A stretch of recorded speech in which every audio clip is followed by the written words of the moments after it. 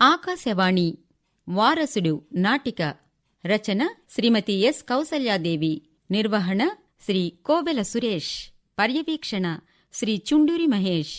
ఇందలి పాత్రలు పాత్రధారులు: రంగారావు శ్రీ టిఎస్ గౌరీశంకర్, కామాక్షి శ్రీమతి డిఆర్ మంజుల, మాధురి శ్రీమతి ఎస్ లత, కార్తీక్ శ్రీ పి సుధీర్ కుమార్, వినయ్ శ్రీ కోవెల సురేష్. వినండి వారసుడు నాటిక.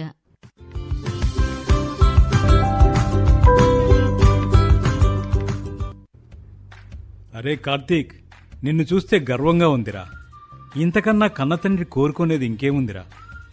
నాకు మాత్రం విచారంగా ఉంది నాన్న, మిమ్మల్ని వదిలి దూరంగా వెళ్తున్నందుకు. ఒరే కార్తీక్, ఎంత దూరంలో ఉన్నా ఫోన్లో మాట్లాడుతుంటే పక్కనే ఉన్నట్టుంటుందిలే. ఆ కన్నీళ్లు తుడుచుకోరా. కోడలు పిల్ల చూడు ఎలా అయిపోతుందో. ఏమో అమ్మా, నాకు ఇలాంటి సందర్భం వస్తుందని ఎప్పుడూ అనుకోలేదు. నిజమే అత్తయ్య గారు, పెళ్ళైన ఆనందం కూడా ఉండదేమో అనుకుంటున్నా.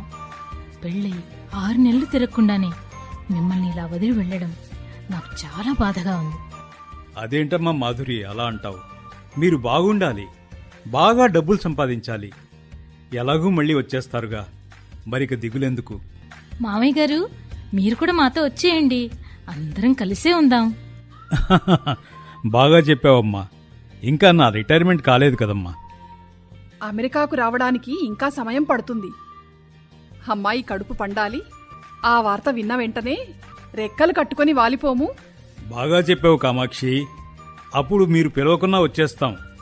ఇక సరేగాని ఫ్లైట్కి టైం అవుతోంది, కదలండి.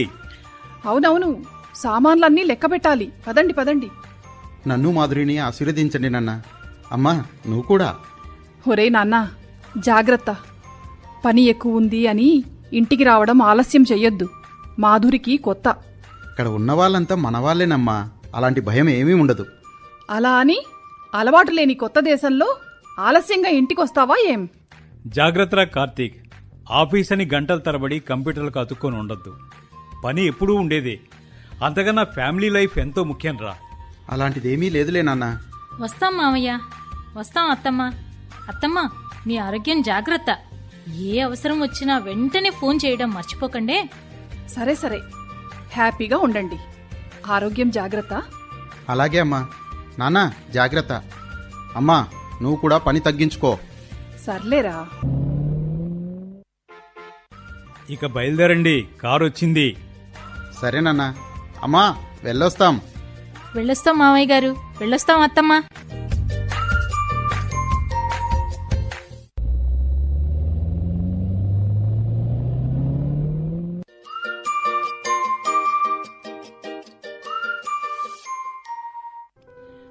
ఏమండి?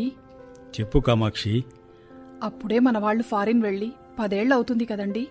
అవునవును, ఎప్పుడో అలా ఒక్కసారి వచ్చి వెళ్ళారు. నేను రిటైర్ అయినప్పుడు కూడా కుదరలేదు నాన్నా అన్నాడు. ఇన్నాళ్ళవుతున్నా అమ్మా నాన్నలు ఎలా ఉన్నారో అని ఒక్కసారన్నా చూడాలని అనిపించదా అండి వాడికి? అది కాదులే కామాక్షి, అక్కడ మనలాగా సెలవులు ఉండవు. దేశం వదిలి రావడం ఇక్కడంత సులువు కాదు. పైగా ఇప్పుడు మనం బాగానే ఉన్నాం కదా. అంటే బాగా లేకపోతే చూడ్డానికొస్తారా? నా ఉద్దేశం అది కాదు. ఇక్కడ మనం బాధపడుతున్నామని వాళ్ళు కూడా అనుకుంటూ ఉంటారు కదా. అలా బాధపడతామని అనుకునే ఉంటే మనవడిని తీసుకొచ్చి ఇదిగో అమ్మా మన ఇంటి వారసుడు అని ఆనందంగా చూపించేవాడు. వస్తాడులేవోయ్, నాకు వాడిని చూడాలనే ఉందిగా. కానీ అవతల వాళ్ళ పరిస్థితులు కూడా ఆలోచించాలి కదా మనం.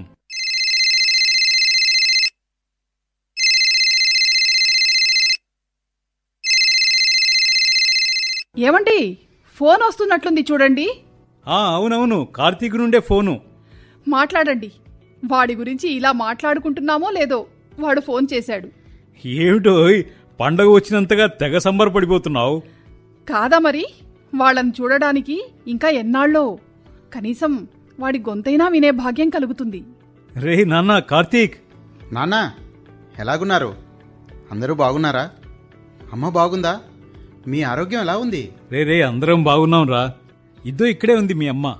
నీకోసం, నీ కాలు కోసం 1000 కళ్లతో ఎదురు చూస్తోందిరా. నాతో తర్వాత తీరిగ్గా మాట్లాడదు గాని ముందు మీ అమ్మతో మాట్లాడు. నువ్వు మాట్లాడితే ఎక్కడలేని శక్తి వస్తుంది తనకి. అబ్బా, మీరు మరీను. మీకు లేదా ఆనందం? రాత్రిళ్ళు నిద్ర లేకుండా కలవరిస్తుంది మీరా నేనా? సరే సర్లే ఓయ్. ఇంక చాలు, ఫోన్ ఇటివ్వండి. ఒరే కార్తీక్, అమ్మాయి ఎలా ఉందిరా? మనవడు ఎలా ఉన్నాడు? నీ ఉద్యోగం ఎలా ఉంది? ఆ కంపెనీ ఏదో మారానన్నావు, కొత్త కంపెనీ అంతా బాగానే ఉంది కదా? ఒరే నాన్నా, ఒక్కసారి వచ్చిపోకూడదు? అందర్నీ చూసినట్లుంటుంది. అందరూ బాగున్నామమ్మా. మనవడు ఎప్పుడూ మీ గురించే, నానమ్మను తాతయ్యను ఎప్పుడు చూపిస్తావు డాడీ అని ఒక్కటే పోరు పెడుతున్నాడు. మరి రాకూడదు? మాకు రావాలనే ఉందమ్మా, కానీ సెలవు దొరకడం కష్టం. అందరూ రావాలంటే లక్షలకు లక్షలు ఖర్చులు. మళ్ళీ తిరుగు ప్రయాణం అంటే కూడా అంతే. ప్రయాణం కాదు, ఖర్చులే కనిపిస్తాయి. వద్దొద్దు, అంతంత ఖర్చులు పెట్టుకుని ఒక వారం కూడా ఉండకుండా వెళ్తే వచ్చినట్లే ఉండదు. అది సరే గాని ఒకసారి మనవడితో మాట్లాడించవచ్చు కదరా కార్తీక్? వాడు గేమ్స్ ఆడటానికి వెళ్ళాడమ్మా. వాడు ఆటల్లో ఫస్ట్ అమ్మా. వాడు పాల్గొంటే కప్పు కొట్టాల్సిందే. వాడంతా నాన్న పోలిక, పట్టుకుంటే సాధించేంత వరకు వదలడు. అబ్బా, ఎంత మంచి మాట చెప్పావురా. ఇంక చాలు చాలు, ఆ ఫోన్ ఇటివు కామాక్షి. ఇస్తాను గాని కాసేపు మాట్లాడనివ్వండి. సరే గాని అమ్మాయి ఎలా ఉందిరా? పచ్చళ్ళు ఏమైనా చేసి పెడుతుందా లేదా? అయ్యో నా మతి మరుపు మండ. అమ్మాయికి అవేమీ రావనే కదా 6 నెలల క్రితం మీ ఫ్రెండ్ ద్వారా పంపించింది. అన్నట్టు అవన్నీ అయిపోయాయమ్మా. ఈసారి ఎవరితోనైనా పంపించవా? ఎంత మాటరా? ఏం కావాలో చెప్పు. ఏం చెబుతావులే, 4 కాదు 5 జాడీలు పంపుతాలే. అబ్బబ్బబ్బా, నువ్వెళ్ళి ఆ పనిలో ఉండు. ఆ ఫోన్ ఇటివ్వు. ఇదిగోండి. కొడుకుతో కనీసం మాట్లాడుకోవడానికి కూడా అవకాశం లేకుండా పోయింది. ఎరా కార్తీక్, కొత్త ఉద్యోగం బాగుందా? శాలరీ అంతా బానే ఉంది కదా? అంతా బానే ఉంది నాన్న, ఇబ్బంది ఏం లేదు. కానీ ఇంకేమైనా కష్టంగా ఉందా కార్తీక్? అదేనన్నా, అక్కడికి రాలేకపోతున్నామన్నదే మా బెంగ. ఏది ఎలా జరగాలనుంటే అలాగే జరుగుతుందిలేరా. మా ఆరోగ్యం అంతంత మాత్రంగానే ఉంది. మీ అమ్మ సంగతి తెలిసిందే కదా. నిన్ను, అమ్మాయిని, మనవణ్ణి చూసుకోవాలని తెగ సంబరపడిపోతోంది. మీరొస్తారని, నా మనవడు అలా ఉంటాడు, ఇలా ఉంటాడు, ఆటలో ఫస్ట్ అని అందరికీ అదే పనిగా చెప్తోంది. క్షమించండి నాన్న, దూరం అయ్యాకని తెలియదు ఏం కోల్పోయామో అన్న సంగతి. స్టేట్స్కి వెళ్ళాలి, స్టేటస్ పెంచుకోవాలి, అది కొనాలి, ఇది కొనాలి అనే ఆలోచనే. ఆ ఆరాటంలో ఎన్నో కోల్పోతున్నాం. ఇక్కడ నేనే కాదు, నాలాగే చాలామంది. చెప్పలేక కొందరు, చెప్పుకుంటే ఏమవుతుందో అని మరికొందరు. ఏమండి? ఉండండి నాన్న, మీ కోడలు మాట్లాడుతుందట. ఇవ్వు. ఏమ్మా మాధురి, బాగున్నావా? మామయ్య గారు, మీరు బాగున్నారా? నేను బాగున్నాను. ఆరోగ్యం బాగుందా? కాళ్ళ నొప్పులు అనేవారు, ఇప్పుడు ఎలా ఉంది? బాగుందా? నెలకోసారి హెల్త్ చెకప్ అన్ని చేయించుకుంటున్నారా లేదా? బాగుందిలే అమ్మా, ఇబ్బంది ఏం లేదు. కాళ్ళ నొప్పులంటావా, అది వయసుతో పాటు వచ్చే సమస్యలే, అంతే, ఇంకేం లేవులే. మీరు జాగ్రత్త. ఇంతకు మా మనవడు బాగున్నాడా? బాగున్నాడు మావయ్య. వాడిని చూస్తుంటే అచ్చు మిమ్మల్ని చూస్తున్నట్టే ఉంటుంది. సంతోషం అమ్మా, సంతోషం. మా ఊపిరి వాడు, బంగారం లాంటి మనవడు. వాణ్ణి ఆంగ్ల మోజులో కాకుండా కాస్త 4 తెలుగు ముక్కలు మర్చిపోకుండా నేర్పించండమ్మా. లేదు మామయ్య గారు, ఇంట్లో మొత్తం తెలుగులోనే మాట్లాడేది. తెలుగు రాదనే బెంగలేదు. అయినా ఇక్కడ తెలుగు అసోసియేషన్ వాళ్ళు వారానికోసారి కల్చరల్ ఈవెంట్స్ పెడుతూ ఉంటారు. అక్కడ వీడు యాక్టివ్గా పార్టిసిపేట్ కూడా చేస్తాడు. అమ్మయ్యా, మీరే నయమమ్మా, తెలుగును బతికిస్తున్నారు. ఇక్కడ మరీ అధ్వాన్నం. అటు తెలుగు రాదు, ఇటు ఆంగ్లము అరకొరానే. తెలుగు జాతి మనది అని పాటలు పాడుకోవడమే, నిలుపుకునే ప్రయత్నం ఎవరూ చేయరు. మావయ్య గారు, అక్కడి సంగతేమో గాని తెలుగు నేర్చుకోవడానికి ఆంగ్లేయులు కూడా వచ్చి రాని మాటలు మాట్లాడుతుంటే భలేగా ఉంటుందండి. అవునమ్మా, ఇక్కడ కూడా అంతేనమ్మా. రాని ఆంగ్లంలో మాట్లాడడానికి ఎంతగా తాపత్రయపడతారో కుర్రాళ్ళు. తెలుగును అడపాదడపా, ఆంగ్లాన్ని ధారాళంగా మాట్లాడి ఏదో గొప్ప అనుకుంటారు. దానితో భాషకు తెలియకుండా ఎంత నష్టం జరుగుతోందో వీళ్ళకు తెలియదు. పోనీ ఏదైనా చెబుదామా అంటే వినే ఓపిక ఎవ్వరికీ లేదు. నిజమే మావయ్య గారు, వీటి గురించి ఆలోచన మానేయండి. శ్రమ తగ్గించుకోండి. ఇక అత్తమ్మ ఆరోగ్యం కూడా జాగ్రత్తగా చూసుకుంటూ ఉండండి. పని అంటూ ఉంటారే గాని తినడం కూడా మరిచిపోయి మరీ పని చేస్తూ ఉంటారు. సరేమ్మా, జాగ్రత్త. ఓకే మావయ్య గారు, ఇక ఉంటాను.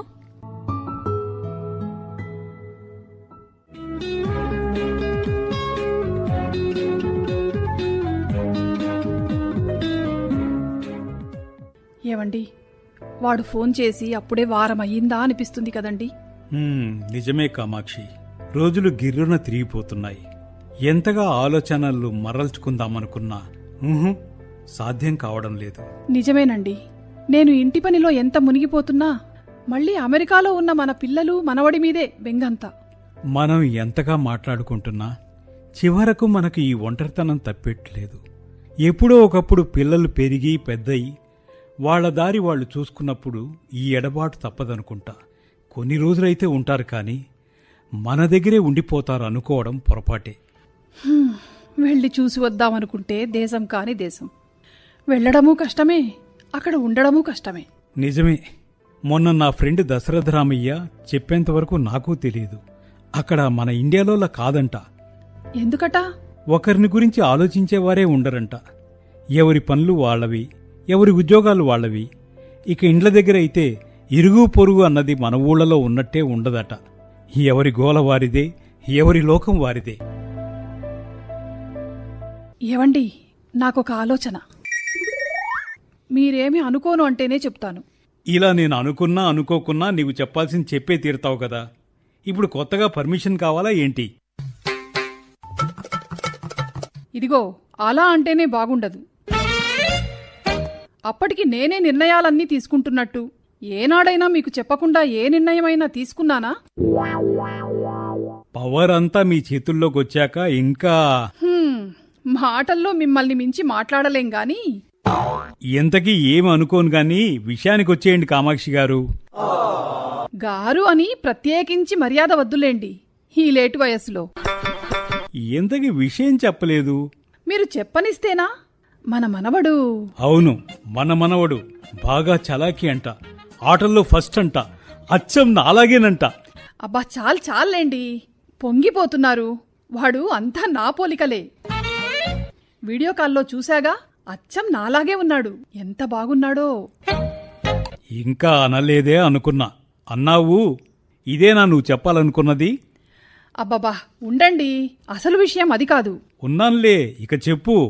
విషయం వేరంత ఉంటే ముందు మాట చాంతాడంత ఉంటుంది. అసలు విషయానికి రా. మన మనవణ్ణి ఇక్కడే పెట్టుకుందాం. ఏమిటి, మనవాడిని ఇక్కడే పెట్టుకుందాం అని అంటున్నావా? అవును, తప్పేముంది నేనన్న దాంట్లో? మనకు కార్తీక్ ఒక్కగానొక్కడు. వాడికి మన మనవడు కూడా ఒక్కడే. ఫారిన్ వదిలి అక్కడ చదువులు వదిలేసి మన దగ్గరే ఉండమంటే ఎలా ఉంటాడనుకుంటున్నావు? ఎందుకోనండి, ఇది మంచిదే అనిపిస్తుంది నా మటుకు. నువ్వన్నది నాకు మంచిగానే అనిపిస్తోంది. కాని ఈ ఉద్దేశం వాళ్ళకు నచ్చొద్దు. మొన్నటికి మొన్న మన పని మనిషి కూడా ఏం చెప్పిందేమిటి? తాను పనిచేసే వాళ్ళింట్లో వాళ్ల మనవరాల్ని కూడా ఇలానే ఫారిన్ నుండి వస్తే వాళ్ల కూతుర్ని అల్లుడిని బతిమిలాడి ఒప్పించారట. నిజమేనా? ఏదో కథ. నిజమేనండి, కథ కాదు, సీరియల్ కాదు. అంతగా అయితే సాయంత్రం పని మనిషి వస్తుందిగా, మీరే అడిగి చూడండి. సరే సర్లే ఓయ్.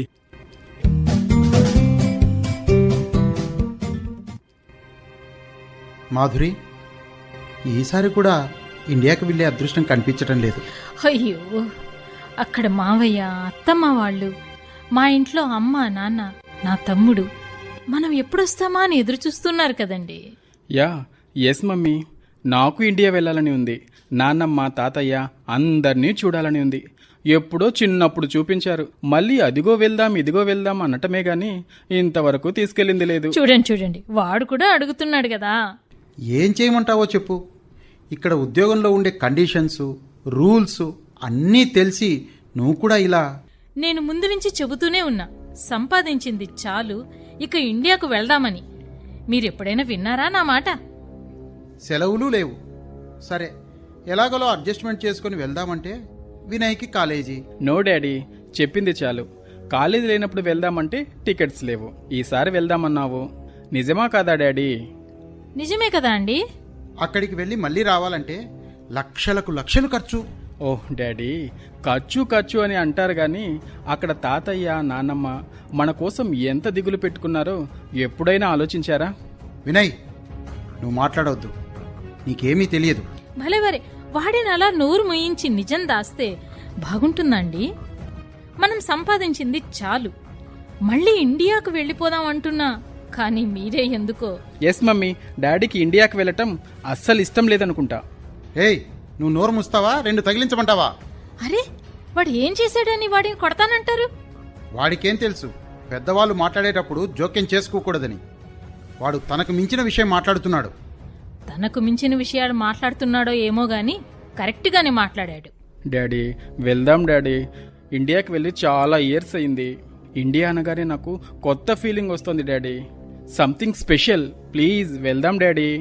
ఒరే వినయ్, ముందు చదువు మీద శ్రద్ధ పెట్టు. ఇండియా వెళ్ళే సంగతి మళ్ళీ చూద్దాం.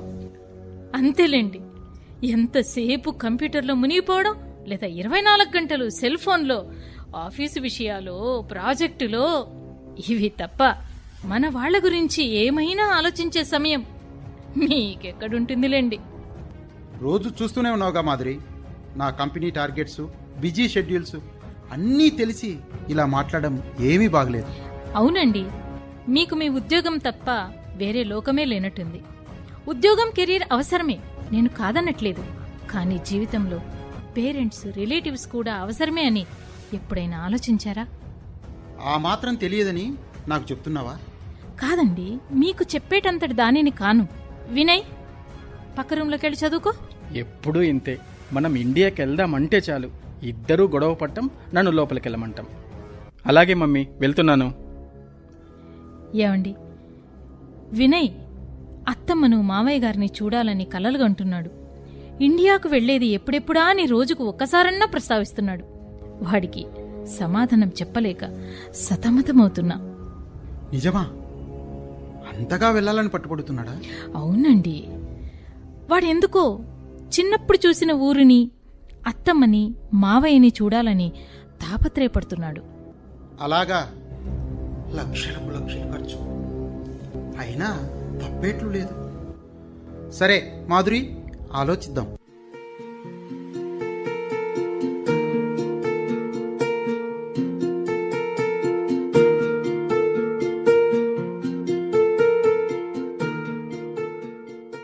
మాధురి, మనం ఇండియాకు వెళ్తున్నాం. రేపే మన ప్రయాణం. ఈ విషయం నేను నాన్నకు ఫోన్ చేసి చెప్తా. అబ్బా, ఎంత శుభవార్త చెప్పారండి. చాలా సంతోషం. వెంటనే మామయ్య గారికి కాల్ చేయండి. సరే నాన్న, మేము ఇండియాకు వస్తున్నాం. రేపే ఫ్లైట్కు టికెట్లు కూడా బుక్ చేశాం. సరే కార్తీక్.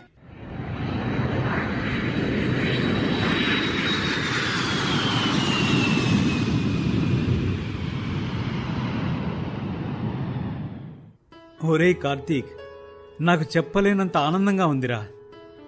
ఇన్ని సంవత్సరాలు మేం కోల్పోయిన ఆనందం మళ్ళీ అమెరికా నుండి మీరు రావడంతో నాలోకి మళ్ళీ వచ్చినట్లయిందిరా. మాకు కూడా అలాగే ఉంది నాన్న. నిజంరా కార్తీక్, మీ నాన్నలో ఈ మధ్య కాలంలో ఎప్పుడూ చూడనంత ఆనందాన్ని చూస్తున్నా. నిజం తాతయ్య, మీరెప్పుడు ఇలాగే హ్యాపీగా ఉండాలి. ఎందుకుండదురా? ఈ ఆనందం కొండంత ఆరోగ్యాన్ని ఇస్తుంది. నిజమే అత్తమ్మా. ఇండియాలో మీతో గడిపిన రోజులు మేమక్కడికి వెళ్ళిన తర్వాత కొన్ని నెలల పాటు తలుచుకుంటూనే ఉంటాం. ఈ రిటైర్మెంట్ లైఫ్లో మీ జ్ఞాపకాలే స్నేహాలై కూర్చున్నాయి. నా మిత్రులు వచ్చి వెళ్ళినప్పుడు ఉండవు గాని వాళ్ళు అలా గడప దాటి వెళ్ళగానే మళ్ళీ నా ఆలోచనలన్నీ నా మనవడి చుట్టూనే తిరుగుతూ ఉంటాయి. అందుకే మామయ్య గారు, మీరు మాతో పాటు అమెరికా వస్తే మీకు ఆ బెంగ తీరిపోతుంది. మాకు మీతో కలిసి ఉంటున్నామన్న సంతృప్తి మిగులుతుంది. ఒప్పుకోండి మామయ్య గారు. నువ్వు అన్నంత సులభం కాదు కోడలా. ఈ ఇంటితో, ఈ ఊరితో మాకు ఉన్న బంధం, అభిమానం అలాంటిది. ఇక్కడ నుండి వెళ్లేలా చేయవు. అందుకేనమ్మా నేను, మీ మామయ్య ఈ ఊరిని వదిలి ఎక్కడికి వెళ్ళలేకపోతున్నాం. అదేంటమ్మా అలా అంటావు? అందరం కలిసి ఉండాలనే నా కోరిక. వినయ్ అయితే ఏమైంది వినయ్కు? వాడి ఆలోచనలు మార్చలేకపోతున్నాం నాన్న. ఈ మధ్య ఎప్పుడు మీ గురించే మామయ్య గారు. కాలేజ్ వదిలితే మీ గురించే వాడి ఆలోచనలు. అంతేనా? ఇండియా అన్న మాట వింటే చాలు ఎప్పుడెప్పుడు ఇండియాకు వెళ్లేది, మిమ్మల్ని ఎప్పుడెప్పుడు చూసేది అని పట్టుపడుతూ ఉంటాడు. వినయ్ని చూస్తుంటే అచ్చం మీ మామయ్యే గుర్తొస్తారు. వాడి మాటలు, చేష్టలు, ఆ హుషారుతనం, వాడి తెలివితేటలు అచ్చం. నిజమే అమ్మా, వాడు అచ్చం నాన్ననే. ఒరే ఒరే కార్తీక్, ఈ మాటలతోనే రోజంతా గడిచిపోయేలాగుంది. కాస్త ఫ్రెష్ అవ్వండి, ఇప్పుడేగా వచ్చారు. తీరిగ్గా మాట్లాడుకుందాం. నేను అలా బయటికి వెళ్ళొస్తా. సరే నాన్న, మీరు జాగ్రత్త. బయట ఎండలు ఎక్కువగా ఉన్నాయి. అదిగో ఆ గొడుగు తీసుకెళ్ళండి. రారా వినయ్, నీతో చాలా విషయాలు మాట్లాడాలి. పద పద నాన్నమ్మ, ఇంతకు నా కోసం ఏం చేస్తున్నావో. నీకు ఏం కావాలో చెప్పు నాన్నా, చెప్పినవన్నీ చేసేస్తా. థ్యాంక్ యూ నానమ్మ.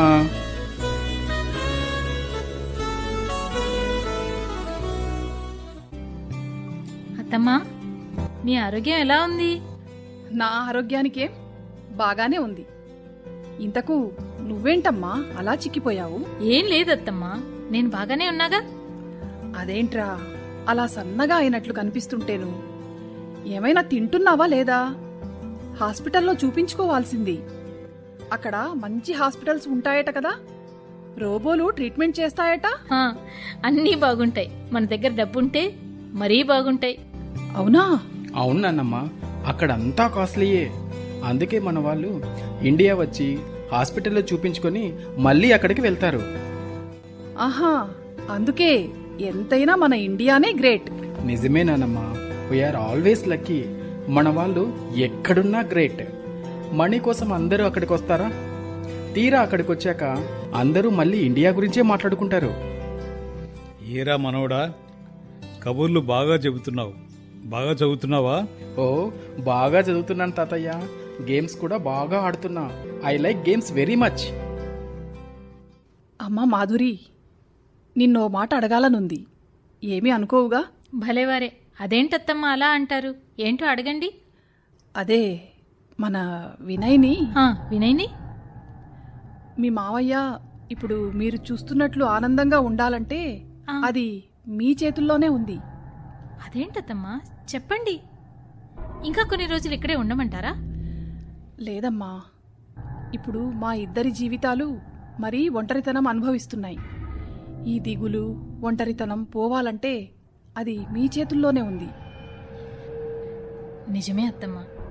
మీరు మావయ్య గారు ఇద్దరూ మాతోనే వచ్చి ఉండండి. అప్పుడప్పుడు అందరం కలిసి ఇండియాకు వచ్చి వెళ్దాం. అది సాధ్యం కాని పని.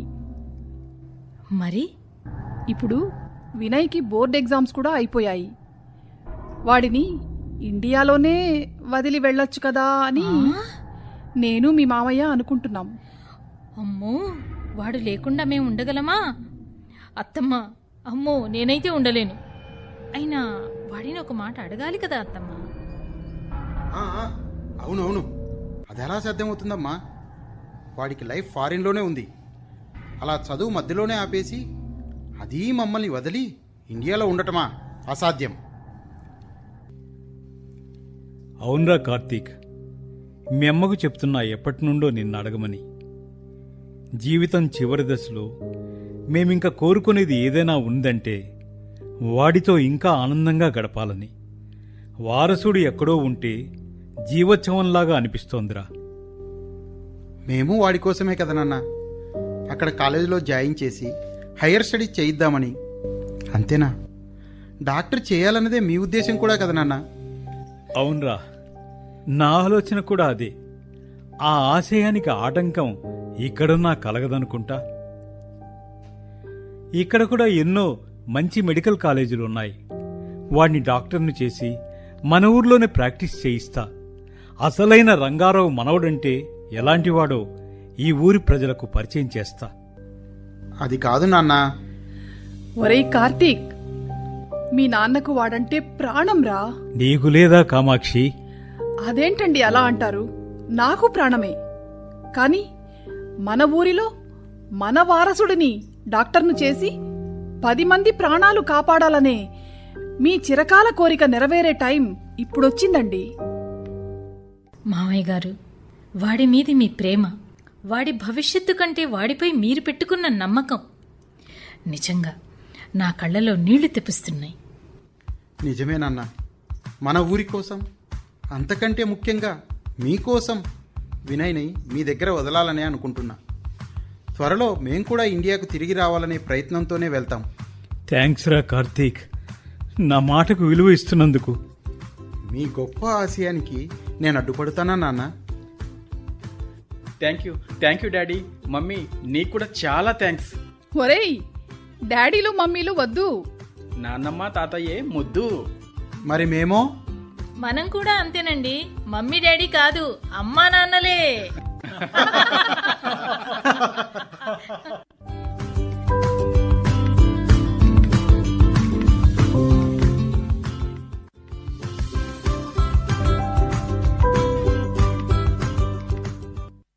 మీరింతవరకు వారసుడు నాటిక విన్నారు.